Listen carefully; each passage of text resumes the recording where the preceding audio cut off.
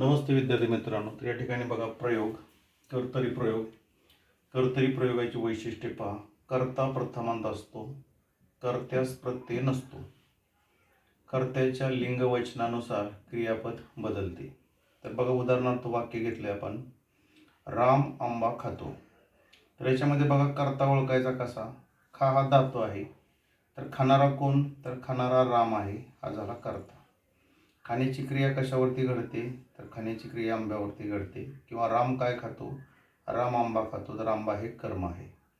त्यामध्ये बघा रामला कोणत्याही प्रकारचा प्रत्यय नाही, लक्षात ठेवायचं. जेव्हा कर्त्यास प्रत्यय नसतो तेव्हा कर्तरी प्रयोग असतो, जेव्हा कर्त्यास प्रत्यय नसतो तेव्हा कर्तरी प्रयोग असतो.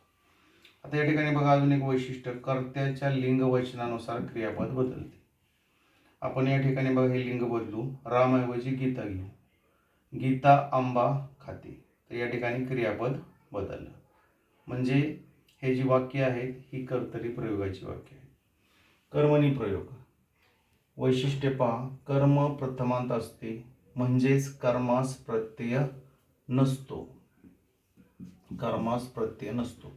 कर्माच्या लिंग वचनानुसार क्रियापद बदलते. वाक्य पहा, रामने आंबा खाल्ला. तर यामध्ये बघा खाणारा कोण, तर खाणारा राम, हा कर्ता आहे, लक्षात ठेवा. खाण्याची क्रिया कशावरती घडते, आंब्यावरती. आंबा हे कर्म आहे. परंतु या ठिकाणी कर्मास प्रत्यय आहे का पहा, तर कर्मास प्रत्यय नाही, कर्म हे प्रथमांत आहे. आणि ज्यावेळेस कर्मास प्रत्यय नसतो त्यावेळेस तो प्रयोग कर्मणी प्रयोग असतो. या ठिकाणी बघा अजून एक वैशिष्ट्य, कर्माच्या लिंगवचनानुसार क्रियापद बदलते. या ठिकाणी बघा आपण आंब्याऐवजी केळी घेतलेली आहे, तर रामने केळी खाल्ली. या ठिकाणी बघा क्रियापद बदललेलं आहे, म्हणजे हा जो प्रयोग आहे तो कर्मणी प्रयोग आहे.